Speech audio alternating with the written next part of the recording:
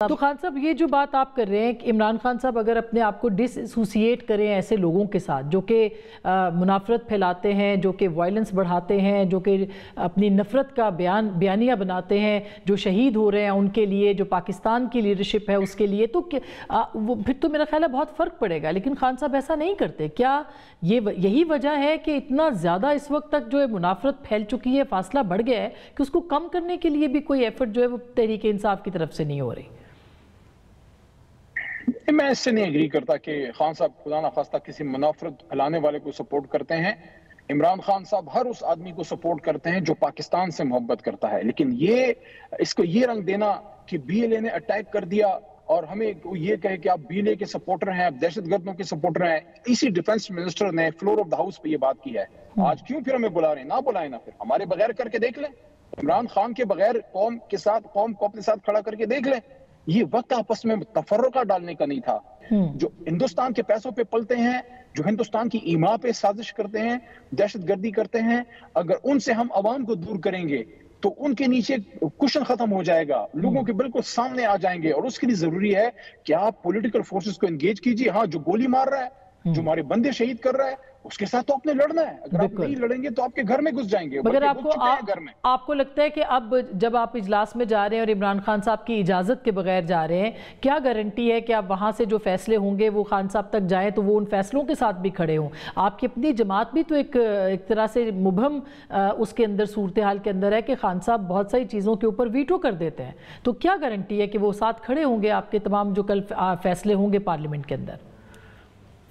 بہت اچھا اور بہت ضروری سوال آپ نے کیا ہے. خان صاحب کی اجازت کے بغیر نہیں. خان صاحب نے اجازت دی ہوئی ہے تحریک انصاف کی لیڈرشپ کو کہ وہ ملکی امور پہ ان کی پالیسی ہے اس کے مطابق فیصلے کریں.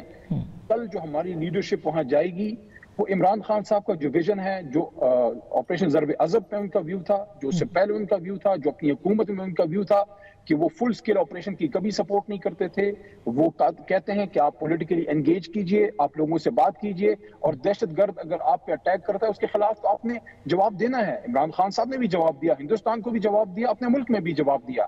اور دوسری چیز یہ ہے کہ کل ہماری جو لیڈرشپ جائے گی، وہ وہاں سے جو چیزیں ان کے سامنے آتی ہیں، جو خدشات وہ آپ پہ رکھتے ہیں، جو انفارمیشن ان کو آتی ہے، وہ ساری چیزیں لے کے اپنے لیڈر کے پاس جائیں گے. آخری فیصلہ جناب عمران خان صاحب خود کریں گے. لیکن کل اگر ہماری یہ لیڈرشپ نہ جاتی یا کہتی کہ ہم نہیں جا رہے، تو آج آپ ہم پہ یہ سوال میرے پہ بھی میری بہن آپ کر رہی ہوتی کہ ملکی مفاد اہم ہے یا آپ کی سیاست. ہم ملکی مفاد کی خاطر وہاں جا رہے ہیں. وہاں جو چیزیں نکلیں گی اس کا نچوڑ عمران خان صاحب کے سامنے ہم لے جائیں گے. خان صاحب کا پھر جو حکم ہوگا اس کے مطابق پھر ہم فیصلہ کریں گے. یہ بھی فرما دیجئے کہ مولانا فضل الرحمان صاحب کو عید کے بعد تحریک وہ خود بھی چلانے کی بات کر رہے ہیں. عمران خان صاحب یا آپ کی جماعت ان کو کیسے انگیج کریں گے؟ ان کے بہت سارے مطالبات ہیں جس میں کہ سیٹ ایڈجسٹمنٹ اور ایک لانگ ٹرم بنیادوں کے اوپر ہے، اور کہا گیا ہے کہ عمران خان صاحب چاہتے ہیں کہ بلینک چیک دے دیا جائے تاکہ مولانا کو اس میں شریک کروایا جائے. تو آپ کے خیال میں یہ درست فیصلہ ہوگا پاکستان تحریک انصاف کے لیے کہ وہ ایک اپنی مخالف اور حریف جماعت کو، جو کہ خیبر پختونخوا میں بھی حریف ہے، ان کو بلینک چیک دیں؟ ہمیں کسی سے خوف نہیں ہے، ہمیں صرف اپنے اللہ سے خوف ہے.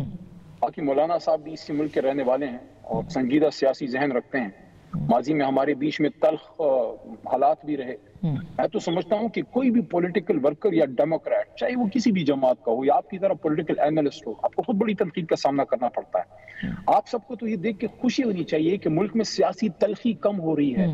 بہت بڑے سیاسی حریف وہ آپس میں اکٹھے ہو رہے ہیں. کس نقطے پہ؟